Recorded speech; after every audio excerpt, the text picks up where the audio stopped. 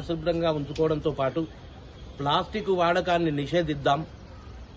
దానివల్ల పర్యావరణం ఖరాబు కాకుండా చెడిపోకుండా కాపాడుకోవడానికి మనందరం సహకరించాలని అందరిలో అవగాహన పెంచడం కోసం జ్యోత్స్న గలం ద్వారా ఈ ప్లాస్టిక్ నిషేధం పైన చక్కటి గీతాన్ని వాడకురన్నో ప్రాణాలకు ముప్పు అది తెస్తది రన్నో.